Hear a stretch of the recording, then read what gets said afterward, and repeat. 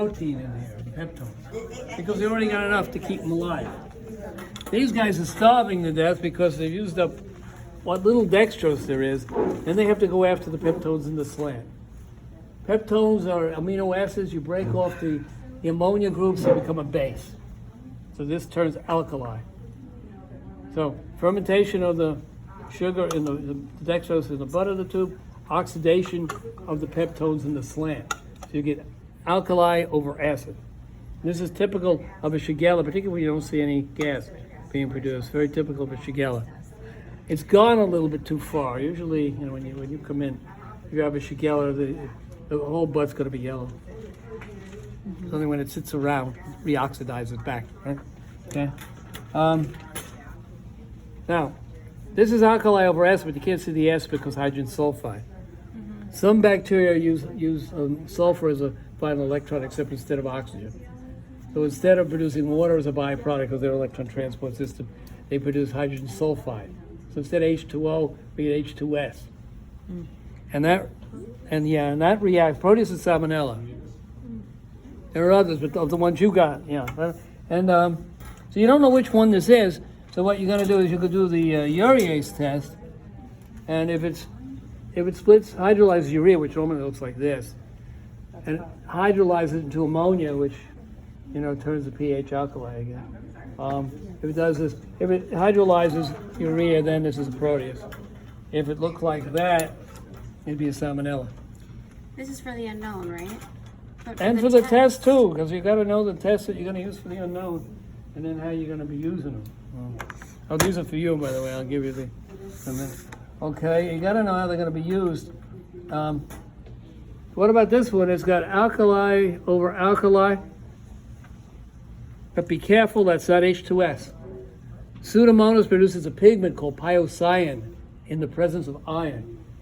And may very well be part of its pathogenic mechanism that it has. But what happens is it produces this rather black pigment, but only on the slant. Remember, hydrogen sulfide is due to fermentation, which is an anaerobic reaction. You're only going to see it in the bud. So don't mistake black here for hydrogen sulfide. So it's there for glucose, everything. So traditionally, Pseudomonas, alkaligenes are non-fermenters. I don't know which one they're going to give you. If it's Pseudomonas, you'll have this black thing on the slant. Okay. Probably also be green in your BHI, because in the BHI produces another pigment called fluorescein, which is green. And then this produces a black one because of the iron, okay? So this is a Pseudomonas. Alkaligenes would be alkali over alkali, but without the pigment, okay? So that would be the only one that you have there. So do we have to know which bacteria produces which reaction? You should be able to give a guess which one. In other words, you look at this, you say, probably a Proteus or a Salmonella. And you look at this one, you say, oh, Pseudomonas, right? And this is so what do you got to tell me? You got to identify the media. There, this is TSI, right. Okay. Then you got to tell me why you're getting the different reactions. It really is. It depends on, nutrition. There's a competition between the sugars and the peptones. The peptones are oxidized on the slant, and the sugars are fermented in the bud. So, like for this one, all sugars are fermented. Mostly lactose and dextrose. Sucrose doesn't matter. None of these that we've given you, sucrose really enters into it. So, dextrose and lactose. Remember, they can't be in this family, Enterobacteriaceae, that whole family there, which is most of the ones you're getting as unknowns. They can't even be in that family unless they ferment dextrose. Remember, Pseudomonas is its own family. Pseudomonidaceae is another family, which are non-fermenters. So just lactose and sucrose and dextrose here is what you're saying. So we're the only two fermented. Right. Yeah, And you like get acid positive, again. we can just write positive lactose, positive glucose, negative H. Oh, you should write it in the shorthand that they have. We have And it literally says all sugars. Remember, we write these things in a shorthand. You're going to say acid, the line means the slant. Yeah. Oh, yeah. Acid over acid gas. That's that first two, right? Yeah. And the ones that will do that will be coli, Enterobacter, and Kleb. Those are lactose fermenters. But we just have to give you one. Just give me one. You don't have to Okay. give me the whole menagerie of them. Yeah, one of them. All right? The Shigella only ferments dextrose, So then it goes after the peptones. And so it oxidizes them on the slant. So for Shigella, you're going to get alkali over acid. Generally, no gas. Very typical of Shigella.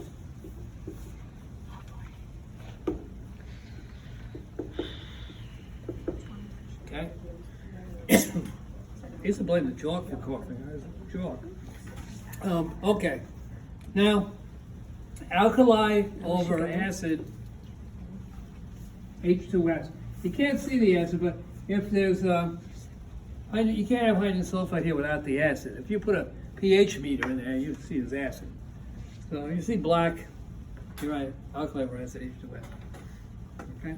And this would be Proteus or Salmonella. Of the ones we've given you, I mean, there are other bacteria that are hydrogen sulfide positive as well, but now, the alkali over acid, H2S, it's going to be either Proteus or Salmonella. Actually, it's going to be two out of 4 Proteus are hydrogen sulfide producers. It's going to be Proteus vulgaris or Mirabilis. Okay, so this is Proteus. And so the next thing you want to do is you're going to do the urea test. Actually, to save time, I'll have you do the TSI and the urease test in the same night. So when you come the next time, you know which one you had, without doing any additional testing. Saves you another night, which we don't have. Right? So if it doesn't ferment lactose on McConkey, you go to TSI and urea. That's the only 2 tests you need. That's really the only 2. You'll pick up the Shigella, you'll pick up the Salmonella, Proteus, and the Pseudomonas. And why the Pseudomonas doesn't ferment anything, it can, under certain circumstances, but not in this media, can oxidize glucose, but you won't pick it up on TSI. So assume that on TSI it doesn't ferment anything. Okay. So it depends entirely on the peptones. So you get alkali over alkali, no H2S, no gas production. And Pseudomonas, you will get that very thin veneer of pigment that you don't get without alkaligenes. Remember, alkaligenes is another one that doesn't ferment anything, but it doesn't produce any pigment either. Okay? There's a little bit to learn. It's not, or you've learned it already, right? Now the Emvic reactions I have here, I had some. I don't know what they did with them anymore. Well, one of the ones, of course, was the citrate test. Can it use citric acid as a sole, organic carbon source? Do they call the molecules of life? Quite a thing, right? If it turns blue, it could be Klebsiella or Enterobacter. Or Enterobacter, yeah. There are other in my spectra, there are other ones that do it also, but among the set we're giving you. And that's because it uses citric acid As a sole carbon source. And you can see the negative one, the E. coli, it doesn't even look like it was inoculated. Can't do anything on it. Now this runs off of a Krebs cycle. So people use the Krebs cycle for generating energy. This can use a Krebs cycle to spit out organic intermediates, organic acid. And so it makes all the molecules from the formula is Winogradsky's formula, which has looks like the periodic chart is in here. The only thing that isn't in here is organic carbon. All right, but it makes all the molecules of life from citric acid, which is amazing. It's like DNA and all that from and does it, overnight, which is incredible. When you think about it, absolutely incredible. There's a lot of using citric acid now in laundry detergents and in dishwashing detergent. Because you put it in the ground, it's totally biologically degradable. You put it in the ground and the enterobacter in the ground can metabolize it. Or if you made phosphate detergents that you put in the ground, they never go away. They feed the algae and all this and cause all kinds of pollution. So citric acid is being used now, as basically as a laundry type of thing now, The leading commercial source of citric acid, believe it or not, is aspergillus. Everybody thought it was from, orange peels and things. Right? That's actually the aspergillus. Okay, so that's the citrate test. The Voges-Proskauer test, it gives us that, well, it was a nice burgundy color yesterday. So it's like the sweater color, yeah. It's kind of a burgundy kind of, look. when you add it to a glucose peptone broth, you add the Barrett's reagent. It's called A and B. You're going to add that to it. You don't have to know what's in Barrett's reagent. You know it's called Barrett's and it's A and B. One is potassium hydroxide. Barrett's, Barrits. Barrett's. And then this is Kovacs reagent, which you would add to the sim media. But you have some in the back you haven't done yet. Somebody has one in the back, right? You haven't done it yet. You could take it if you want to see what a Now for the VP test, the mahogany color means that it's neutral or? Yeah, well, what you're gonna do is you add the methyl red test to E. coli, right? It just turns a blood red color right away. Right. That's a methyl red. But you want to do it because you don't know what your unknown is going to be. So you're going to divide the tube in half. Do the methyl red first. If it stays red, it's E. coli, right? If it turns like a pumpkin color, like Halloween kind of, it does look like a Halloween orange color, right? Then it's negative for methyl red. You want to take the part of the broth that you didn't use yet and confirm the Voges-Proskauer. Now, as a glucose fermenting organism, it's got to go one way or the other. You know, it's either going to produce acid or it's going to produce the more neutral compound. You just don't know which one. You know, so then you would just do the Voges-Proskauer test. You got the alpha-naphthalamine and the potassium hydroxide, the B. I've actually seen them put in reverse order and they work also. But yeah, but anyway, together they call Barrett's reagent. Okay, and then. The methyl red is red at an acid pH. It's an acid pH already, so it stays that way. If you add it to a neutral compound, it turns orange. Okay? And do that. Now, let's take a look at some of these colonies on I'll show you the hemolysis. Now, E. coli, when it ferments, how come it's so pink? And you can see the chemical reaction in the media itself around the colonies. You see it? You know why it's that pink? Mixed acid fermentation. This is the same thing that's giving you the methyl red test. As opposed to Enterobacter, which has been laying around a while, Enterobacter and Klebsiella doesn't look as pink, does it? But if you looked at it a little bit earlier, it's been laying around too long, you can see it still has some pink color to it. Almost like a mauve color. And this is because it's not producing a lot of acid. It's been sitting around, and now that alkali shift is taking place in the plate. And it's not as, it's not as pink as it was, okay? Now Proteus, vulgaris, and Salmonella, they all kind of look like this. See, unfortunately, unless you look at them fresh, see what I mean? You got to be careful with that. So if in doubt, when you're not sure, you could always do a TSI on it. Maybe you get acid over acid gas, it was Enterobacter. Didn't need anything, you had to set up another tube. But I think we get them, this has been sitting around for, a long, long time now. And so hopefully you will have them fresh when you're looking at them. So it will be better. Also, you will notice on Enterobacters and Klebsiella tend to be mucoid. You see how gooey they look? Moist, where the E. coli tends to be dry. See? So you can tell also from the texture of them as well. Okay. Now, as far as hemolysis is concerned, Streptococcus lactis, which is normal flora in the throat. If you look, you'll see this is gamma hemolytic. There's no damage to the blood cells. They call it gamma hemolysis. Are you going to take points off for spelling? No, I don't make that happen. Horrible spelling. No. And some of these things that spell that nematode. That one we had there.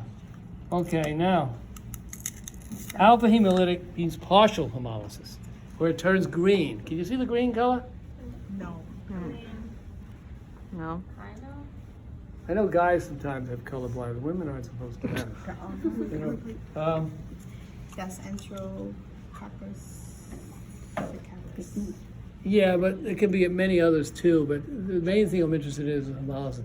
See the green color? No. It's the agar that's I don't green. see it. Compare it to this one. You see anything there? Yeah, brownish. And now look at this. Not green? I don't see green. It's I like don't know. brownie. You like an army green almost color.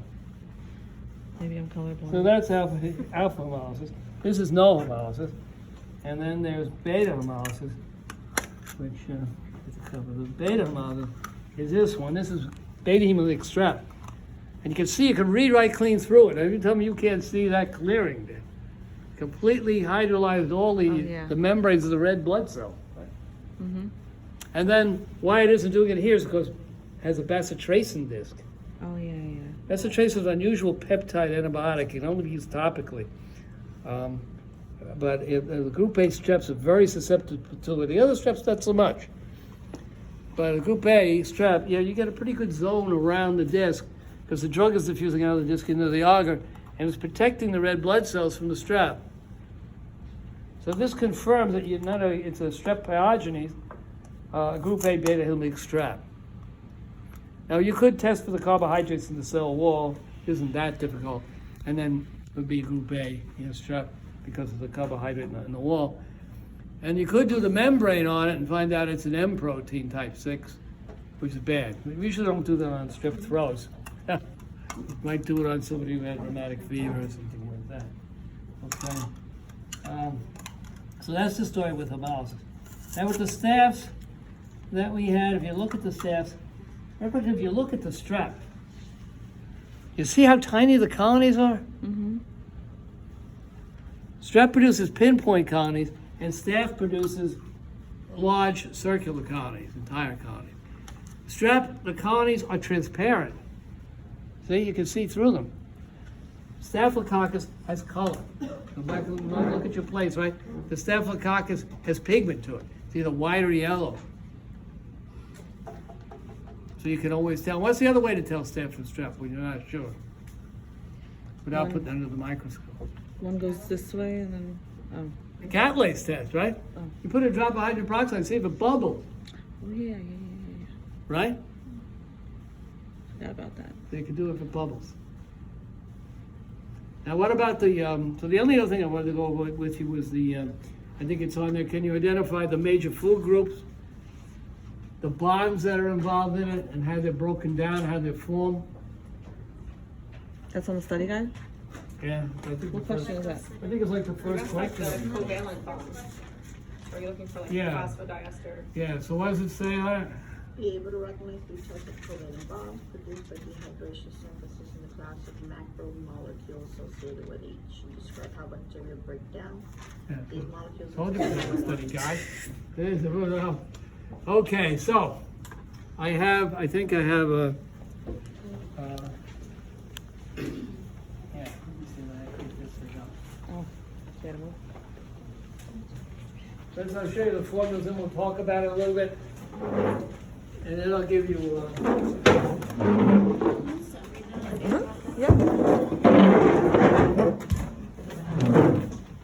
We're gonna learn some clinical facts now. I'll show you some chemistry hacks. You can recognize certain functions of Yeah. organic molecules, so you'll never forget. I know you will. So let me.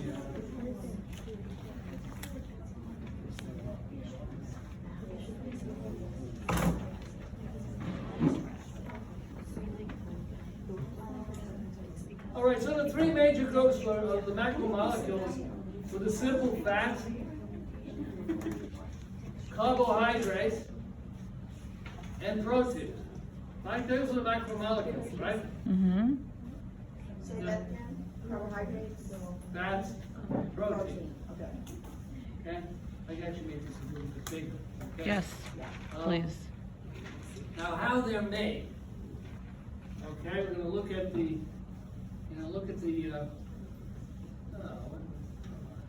Gotta make this thing bigger than this.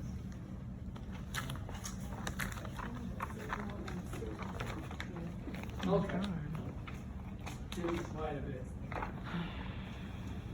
So that is called the peptide bond that you see here. Right? You see here, it's formed by taking two amino acids. Proteins always have a polarity. The first amino is called the amino terminal one, an amino group on this end. And the other one is called the carboxy terminal end. There's an acid on that end. That's what they call amino acid obviously. What do they call that, right? Germans call them the Switter ion.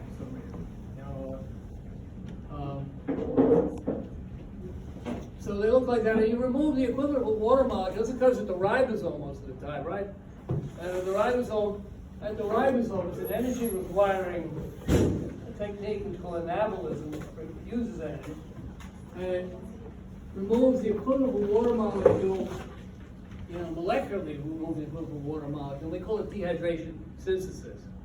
And then you get this thing called the peptide bond, which looks like this, right? The key to the peptide bond is you see an oxygen here? There's a double oxygen, and then a nitrogen next to it on this side, usually a carbon on the other side. This is called a peptide group, and the bond is right in there like that. That's how you recognize it. And so, in chemistry, they call those things a carbonyl group. And it's a funny group because it kind of changes its name.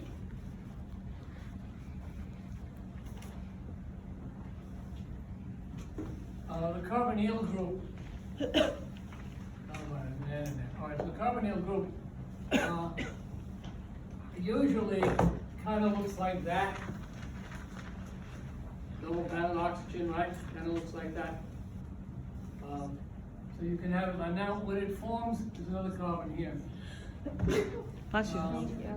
This is the rest of the molecule. Bless you. Right? Remainder of the molecule. If it's on a terminal end, right, and you have a hydroxyl group here, this makes it an acid, carboxyl group. Just play the video and tell them to go back tonight. Right? Now the carbonyl becomes a carboxyl group. This is also known as an acid. Sometimes also written like this. Remember? Is it the same?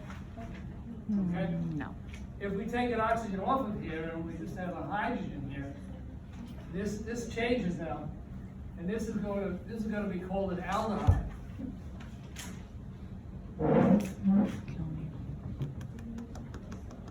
Okay? That's called an aldehyde. Now we've got the carbonyl group here and an hydrogen only on the end of the molecule. Now, if it happens, if this bond appears here, okay, this is called a keto group. This is called ketones. So this will be ketone. Okay. Now, how you would recognize certain bonds like the peptide bond here is that there's going to be a nitrogen over here somewhere like this. And if you see this, you know you're dealing with a peptide bond. Okay. And what was another bond? The bond in lipids was called the ester bond, right? Yeah. And the ester bond, again, it depends on the renaming this carbonyl group. In an ester bond, you're still going to see that. You're going to see an oxygen in here and an oxygen like that in the process. So it's going to look like basically like this. And so this will be an ester bond.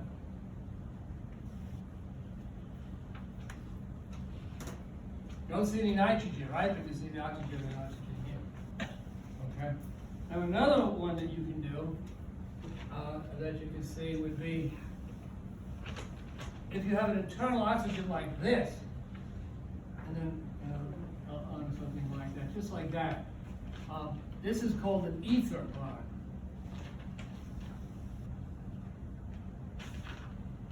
It's very unusual because in the bacteria and in us, we have the ester bond. But the crazy archaea, they have an ether bond. They don't have an ester bond. I don't know how they make it. I haven't figured out chemically. I don't feel like trying to find out either. But all I know is that the archaea is said to have an ether bond instead of an ester bond in their membranes. So those are the ones, we could identify those for You should be able to identify, if I show you the molecule, would you be able to identify? If I showed you this, but I didn't tell you what it was. because the nitrogen will know that it's a peptide Because you bond. see that group. Right. Now if you look at the lid. So we just need to know That's that. all we need to know about it, or do we need to know No, you more? don't have to know much more about it. One, So you're gonna show us the bonds? the bonds that form by dehydration synthesis, they're broken by hydrolysis. And you might want to mention the enzyme. So the breakdown of a peptide, it's usually a peptidase, is breaking. You just put ACE there. Yeah. You want to break down a lipid to lipase, or an esterase. Yeah, right. So what? Wait, could we If say you- protease too? You could say protease also. What if, so Protease. if you showed us the ester bond, how would we know it was the ester bond? Just because it has no nitrogen? No, it has an oxygen here and a double here.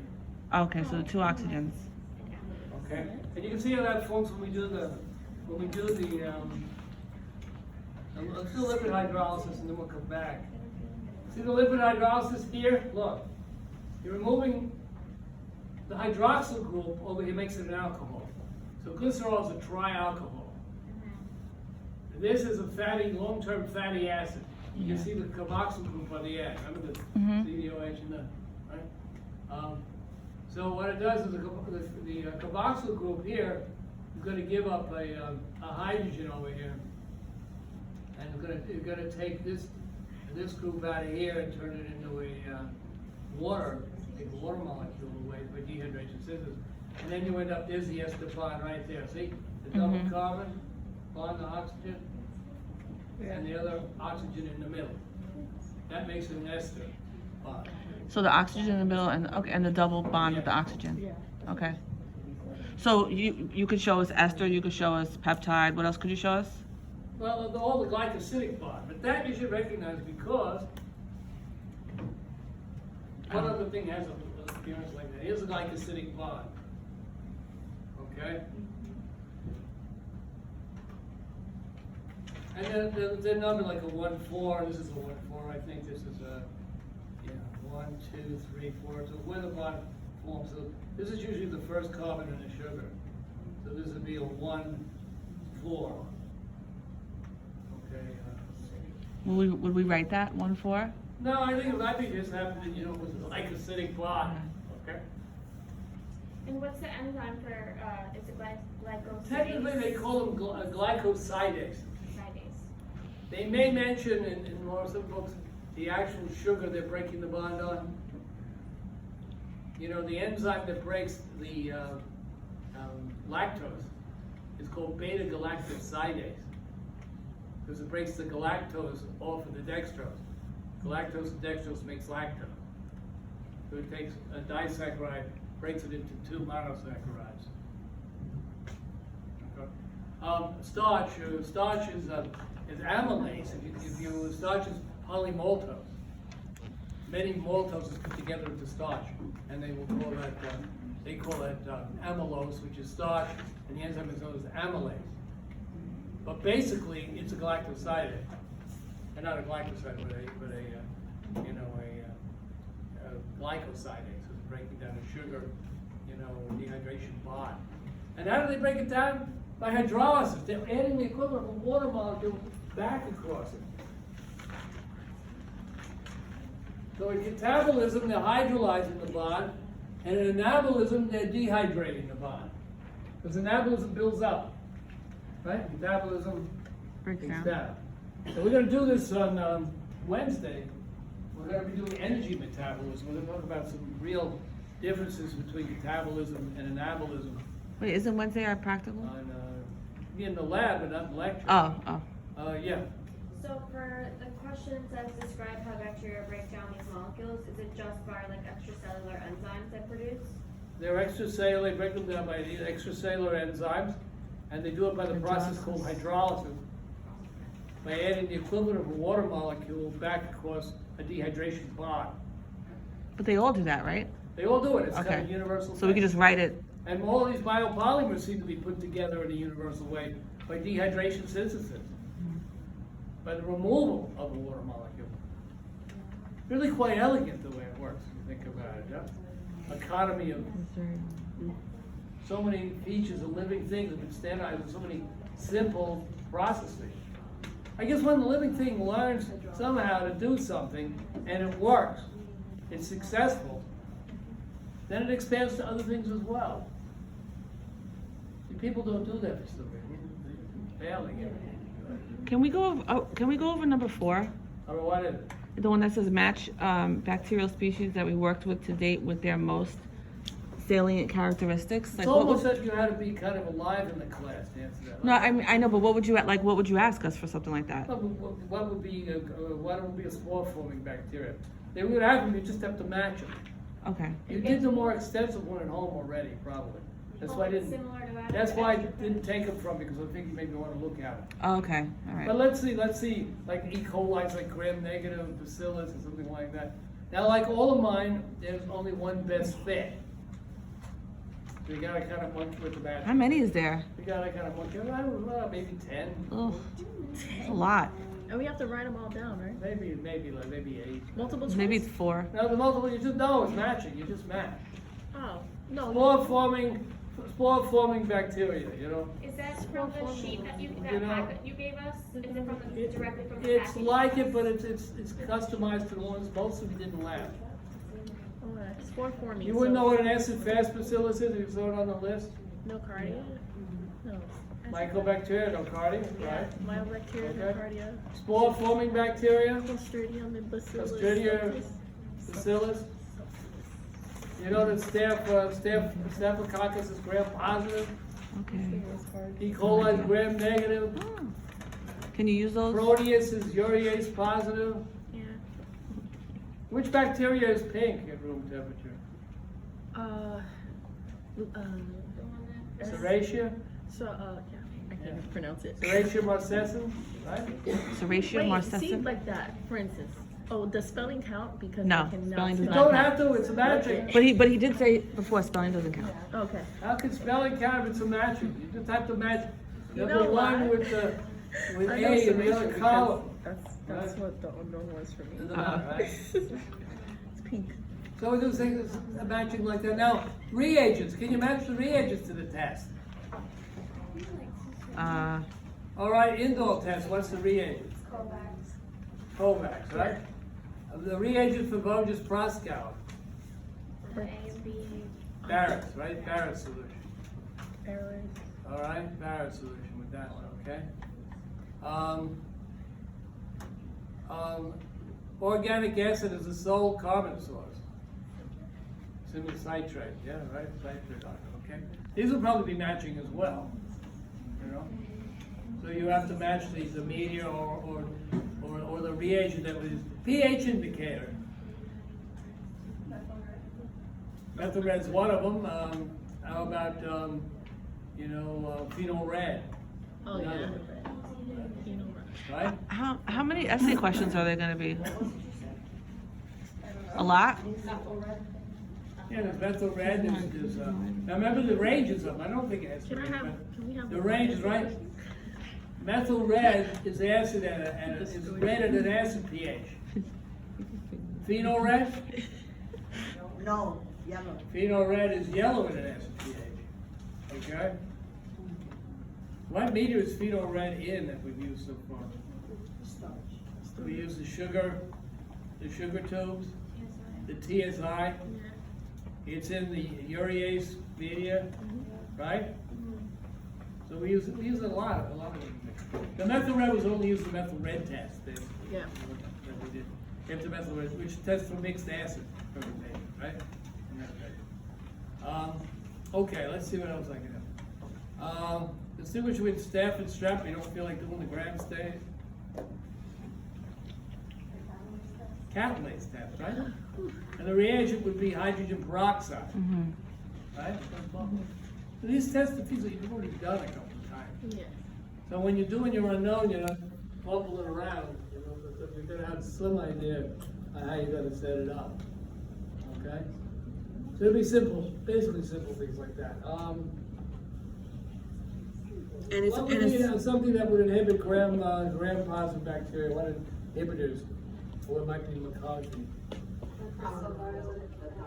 Crystal violet, dye, and bile salt. Right? Bile salt. Okay, then you should be fairly good. What we use to distinguish between a staph epidermis and a staph aureus? say it again? Distinguish between staph aureus and staph epidermis. 1, 2 tests. You see they got the tool right in front of it right over here, right? Oh, the DNA and the, DNA test and the mannitol salt.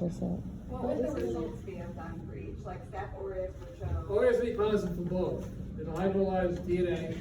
or what does that look like? I didn't get a good. Oh, and she has thought we had one over here.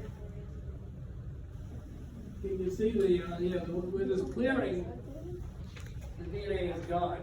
So that's Staph aureus? Yeah. And Staph Epi is the one where the algae is the same color as the start of. And who has a good mannitol salt? I think he was telling you were eating green, some kind of green, which is a DNA kind of dye in there. You said mannitol. The mannitol salt wasn't as good as I liked because it was out too long. But if you can see the Staph Epi should have been red, So Staph epi will be reddish? it'll be a reddish color. Anybody Staph have aureus red? will be yellow? And steroids would be yellow, bright yellow. Anybody have red? They had some in the back, but they've been laying around too long, so. And what about the blood alcohol?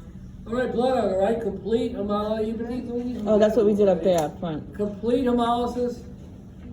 You can read through it, beta hemolysis. When it looks green, at least to most people look green, army kind of green color. I admit some of them even Kelly green I've seen. It's called alpha hemolytic. And no hemolysis at all, gamma hemolytic. Like a beta, alpha, gamma, right? Now, most of the time, the non-hemolytic, the alpha hemolytic strips tend to be non-pathogenic, the normal flora. And the one exception is pneumococci, the Streptococcus pneumoniae, is extremely alpha hemolytic. You'd see the green on that one, all right. Like Christmas, Christmas tree green. But we don't like to play around with that one. Despite the shot, I guess. Okay, so that's it. So the basic things that you've seen in the lab, I don't think there are too many essays in the class, really. I think there isn't any Just one? real essays. I think they're all things like, interpreting the TSI reaction, interpreting, the Conky reaction, things like that. Very nuts and bolts. They're not a theoretical kind of essay questions, whether they're normal. The only essay question might be, of course, differential selected medium. Okay. Right? Just explaining them. Explain what the difference is between them, and give the- combined ones are fine, like McConkey could do double duty. McConkey's good for Can we explaining. go over characteristics that you want here? Yeah, can you just go over it real quick? All right, you tell me, all right, give me a selective differential medium. All right, now, if you're gonna choose McConkey, you gotta tell me what makes it selective and what's it selective for. So it's selective for gram negatives, inhibits gram positives, and what is it used to inhibit them?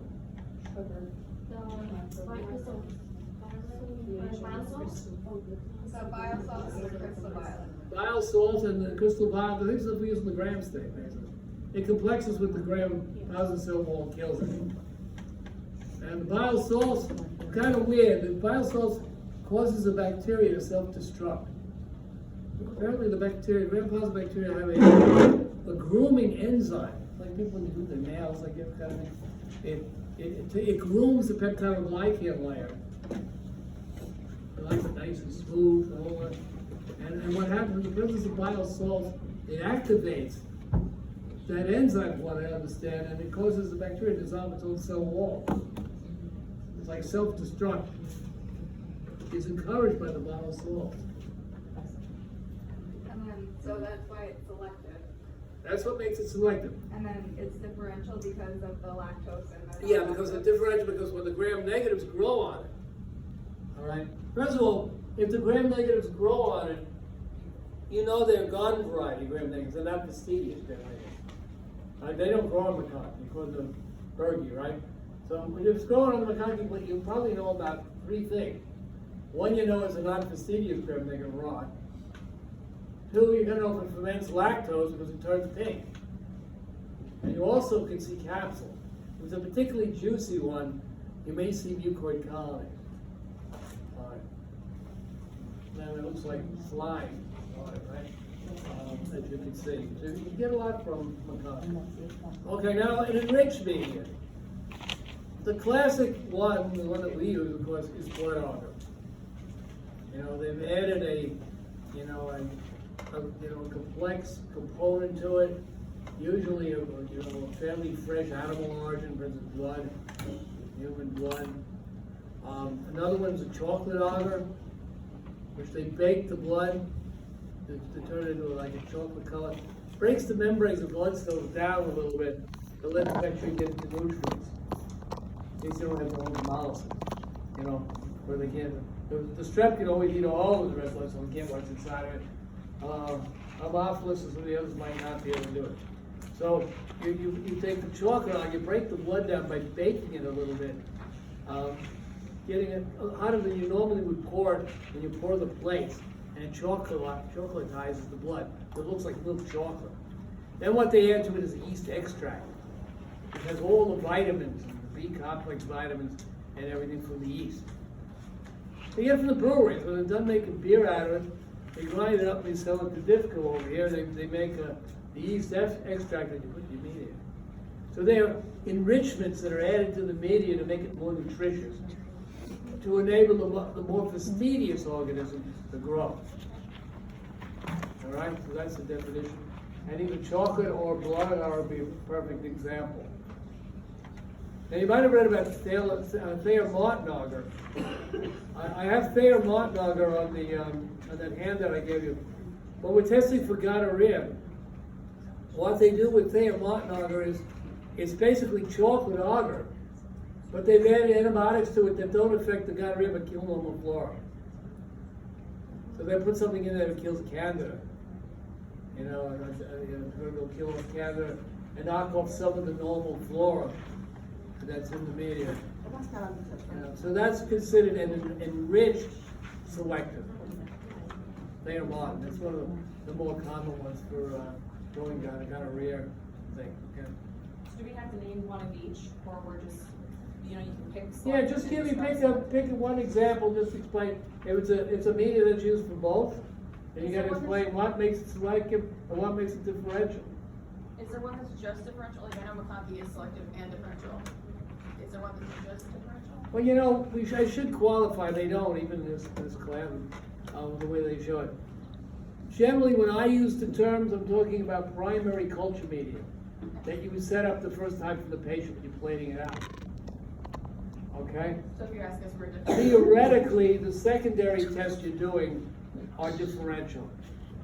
Is it for instance, citrate agar, citrate? Basically, isn't that differential? Some may say it's selective too, because only things that use citric acid as a sole carbon source can grow on it. But if you restrict yourself just to primary culture media, macaque place, So we can just say probably for selective differential and then mannitol salt is an excellent one. The mannitol salt, the salt makes it selective, and the fermentation of mannitol makes it differential.